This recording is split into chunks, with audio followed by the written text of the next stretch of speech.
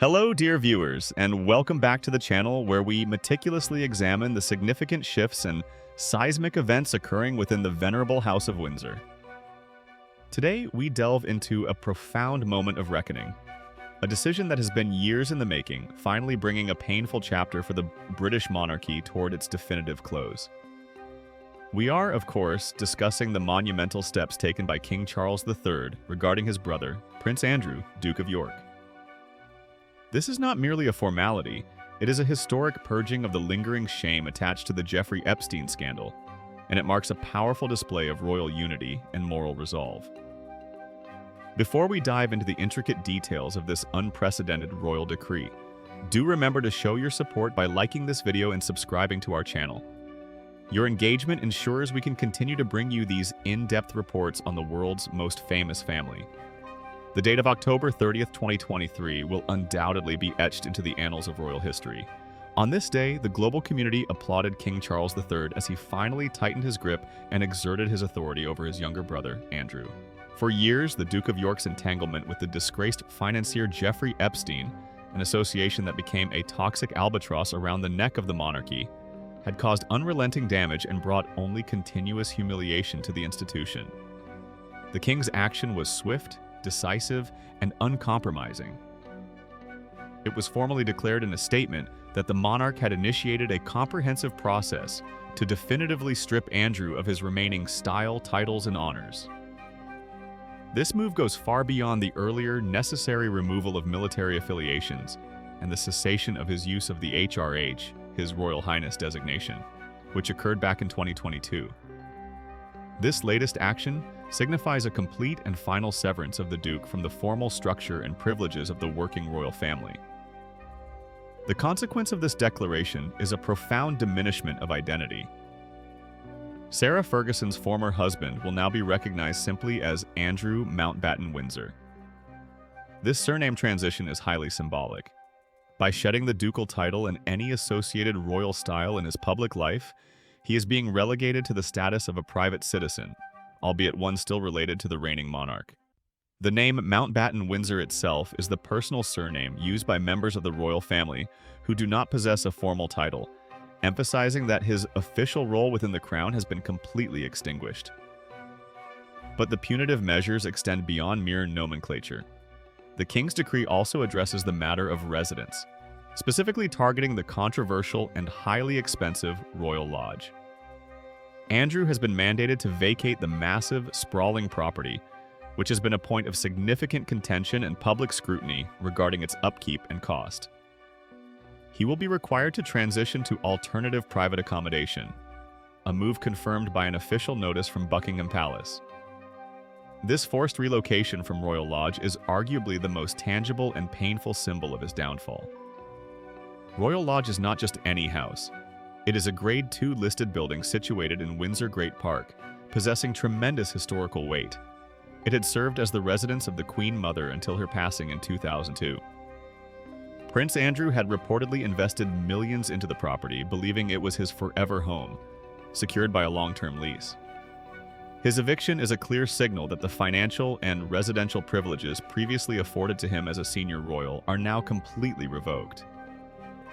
Now, what makes this decision truly compelling is the powerful, unified front that stood behind King Charles III. This was not a solitary choice made by the king in isolation. According to an insider who spoke candidly with People magazine, the leading women of the royal family, Her Majesty Queen Camilla and the future Queen, Catherine, Princess of Wales, were absolutely pivotal in supporting the monarch. Their unity, the source explained, was rooted in a principled stand against all forms of abuse, signaling a clear shift in the monarchy's ethical posture. The source shared a fascinating insight into the dynamics at play within the senior echelon of the family, stating, "I would think the Queen had a hand in that. There would have been a push from Camilla and Catherine, and there was pressure from William, who would not want to inherit the headache." This statement is hugely significant, highlighting the often underestimated influence of the royal consorts. Queen Camilla, having navigated her own complex path into the heart of the monarchy, and Princess Catherine, representing the future stability and modern face of the institution, provided necessary moral and political ballast for the king's tough decision. Their endorsement transformed the move from a difficult familial dispute into a powerful institutional statement affirming ethical accountability. For Catherine, the Princess of Wales, this involvement marks another crucial step in her maturation as a future queen. She is known for her measured approach and her dedication to causes related to mental health and childhood development. By lending her unequivocal support to the king's decision to disassociate the crown entirely from the shadow cast by the Epstein affair, Catherine demonstrated a profound understanding of the monarchy's need for moral purity and public trust. Her stance reinforced the message that the institution, particularly under the guidance of the new generation, will not tolerate associations that undermine its integrity. The future queen's influence was clearly a decisive factor in solidifying the family's united stance. Similarly, Queen Camilla's support cannot be overstated. As the reigning queen, her backing provided immediate legitimacy to Charles's actions. She has consistently shown a commitment to supporting victims of domestic violence and abuse, making her alignment with the king's decision a reflection of her own deeply held charitable priorities and a commitment to ensuring the crown upholds the highest ethical standards. The combined weight of these two powerful women, one representing the present, the other the future, made any internal resistance to the king's decree virtually impossible. But the pressure was not limited to the royal women. The future king, Prince William, the Prince of Wales, exerted significant and unrelenting pressure on his father. William's motivation was rooted in a deep-seated strategic calculation, protecting the longevity and reputation of the crown he is destined to inherit. He made it clear that he would not want to inherit the headache, meaning he would not accept stepping into the role of monarch, while his disgraced uncle still occupied a prominent royal residence and retained residual ties to the official royal structure. William's exasperation with his uncle had been publicly evident long before the formal announcement. Recall the palpable tension displayed at the funeral of the Duke of Kent, where William's body language and visible coolness toward Andrew spoke volumes about the rift and the future king's distaste for his uncle's continued presence in royal life. This public display of anger was merely a manifestation of the private pressure William was consistently applying behind the scenes. For Prince William, this was a matter of institutional survival. The crown, he recognized, cannot afford to carry the specific burden of controversy into the next reign. Ensuring Andrew was completely detached, financially, residentially, and titularly, was a necessary preemptive measure to safeguard the integrity of his future kingship. William's insistence underscores the seriousness with which the younger generation views the need for transparency and accountability in the modern era. The decision, therefore, was not the result of a single edict, but a consensus forged under intense moral, public, and familial pressure. The report summarizing these events concluded with a powerful assessment of the collective strength demonstrated by the family. It was a family decision. It was quite strong, and I was quite proud when I heard it. This collective strength is the key takeaway. It signifies a mature and coordinated effort by the new guard, King Charles, Queen Camilla, Prince William, and Princess Catherine, to decisively address historical liabilities. They have demonstrated that the core institution is willing to make painful internal sacrifices to preserve its overall standing and moral authority in the eyes of the British public and the Commonwealth. Let us return briefly to the practical ramifications for Andrew Mountbatten Windsor. The required move from Royal Lodge represents a massive shift in his lifestyle and financial arrangements.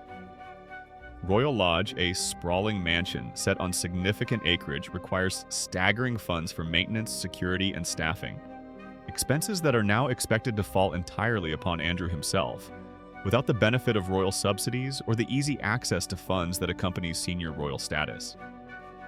The transition to alternative private accommodation suggests a profound scaling back of his existence, moving him from a palace fit for a duke to a far more modest, self-funded, and secluded life. Furthermore, the removal of titles and honors is not just about the Duke of York title. It impacts minor styles, potentially patronages, though most were previously relinquished, and the overall dignity associated with his birthright. While he remains a prince by birth, his public identity has been systematically dismantled. This systematic approach ensures that the stain of the scandal is not allowed to linger or re-emerge in a future capacity. The role played by Catherine in this entire process is perhaps the most fascinating aspect for many royal observers. As she prepares for her eventual role as queen consort, she is proving herself to be a quiet yet formidable force within the institution. Her alignment with the king and William on this difficult matter demonstrates that her support for the monarchy is not passive. It is active, moral, and strategically essential. She is clearly invested in ensuring the monarchy she inherits is robust, ethical, and untainted by the errors of the past generation.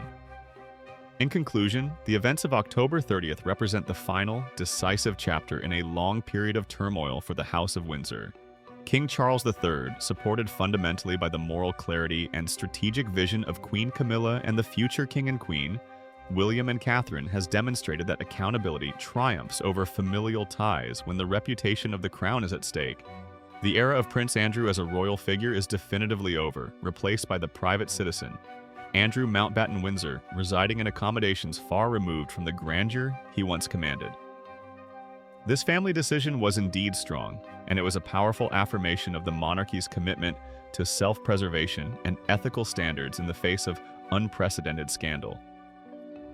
This moment certainly gives us much to reflect upon regarding the future direction of the House of Windsor, and the immense moral weight carried by those at the very top. We must acknowledge the difficult choices made, particularly by King Charles, who had to prioritize institution over sibling. What are your thoughts on this historic decision? Do you believe King Charles went far enough, or was this the necessary and final step required to protect the crown? Please share your opinions and insights in the comments section below. We truly value your perspective on these complex matters. Don't forget to like this video, subscribe to our channel for more deep dives into royal news, and hit that notification bell so you don't miss our next update. Thank you so much for watching, and we look forward to seeing you in the next report.